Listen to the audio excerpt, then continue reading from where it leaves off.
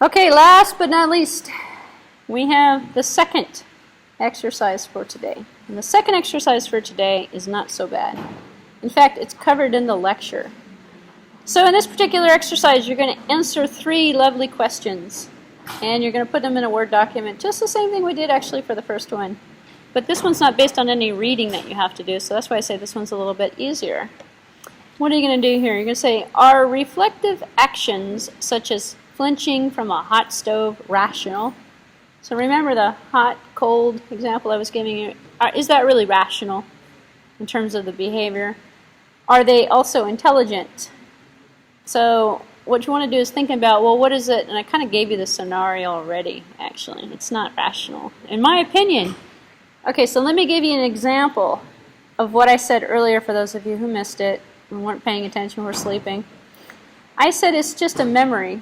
I said it's just a piece of data that you stored, and that's not rational behavior. And you could teach a computer this. Because if you exposed a computer, let's say, for example, you had a computer that could sense heat, and it was able to get the stimuli to compare it against a saved instance of an exposure to heat, it could come back and say, logically, this is hot. And if it's hot, don't touch it. And we can teach a computer to do that. So the question here says, though, is it a reflex action? Is it rational? Well, then you have to think, well, what is rational versus irrational? And do humans actually think rationally? I say, well, no, humans don't really think rationally for the most part, because if we thought rationally, we'd think logically. So depending upon your definition of rational behavior, which you sort of have to think about, because everyone actually has sort of, and there's no universal description. You could say that, yeah, this is rational, because the sensory reception and the stored data that's associated with a heat and hotness could fall into that. Are they intelligent? No. I said earlier they're not intelligent. I still believe it's not intelligent behavior, especially if you can take it rationally.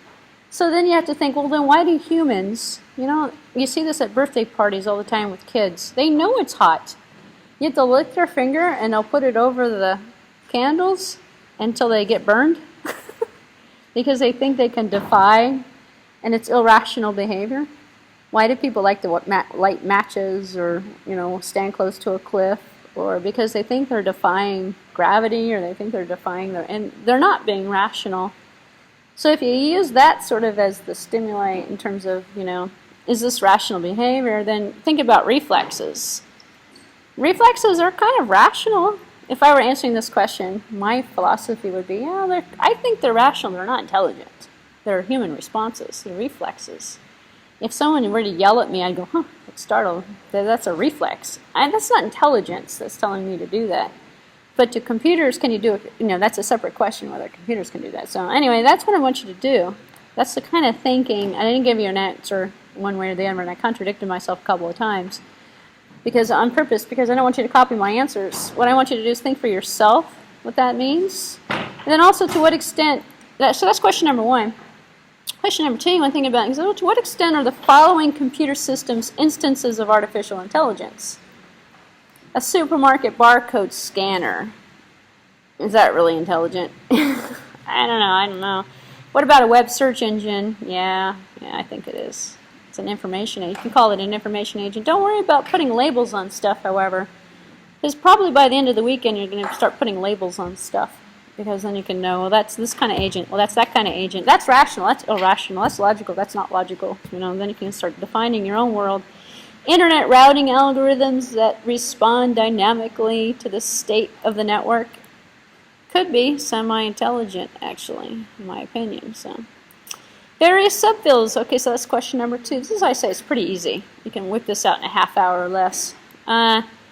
Various subfields of AI have held contests by defining the standard tasks and solving researchers standard tasks and involving researchers to do their best at solving this problem. Examples include the DARPA, the Grand Challenge, the DARPA project by the government to create those little robot things, International Planning Competition, the Robot Cup, the Robot Soccer League, all this other stuff here. Investigate 5 of these contests. How are you going to find that? Well, you're going to use your artificially intelligent search engine to do an information, you're gonna send your information agent out on the internet to do some surfing. And you're going to come back with 5 contests and describe the process made over the years. Most of these contests are still in existence, by the way. They've been around for centuries. To what degree have the contests advanced the state of the art of AI? So if you want, actually just put in the word robot. And you're going to see robot contests. We have fighting robots. We have mechanical manufacturing robots. We have intelligent robots, we have dumb robots, worker bee robots, task-oriented robots. You can probably find 5 of them. I don't want to diatribe on each one of them. Just give me a couple sentences and say, hey, this is what I found. It's been going on for 5 years, and now they have them that now this robot makes pizza, or something. Now this robot does this or that. And what degree do they hurt the field of drawing energy away from new ideas? Because once someone invents something, this is the phenomena that we get with robots. Once a product comes out, people go, oh, we don't need it anymore. It's kind of like what's happening with smartphones right now, actually. Who's going to compete with Apple? Who's going to compete with Google? Well, Windows is still trying. BlackBerry's fallen off the face of the earth, but Windows is still trying. So just give me your opinion on number 1, number 2, and number 3. It's opinion, opinion, opinion, which means it's not coming from anything but you, hopefully. Alright, let me end this video so we can talk about serious stuff like what time we're going to get out.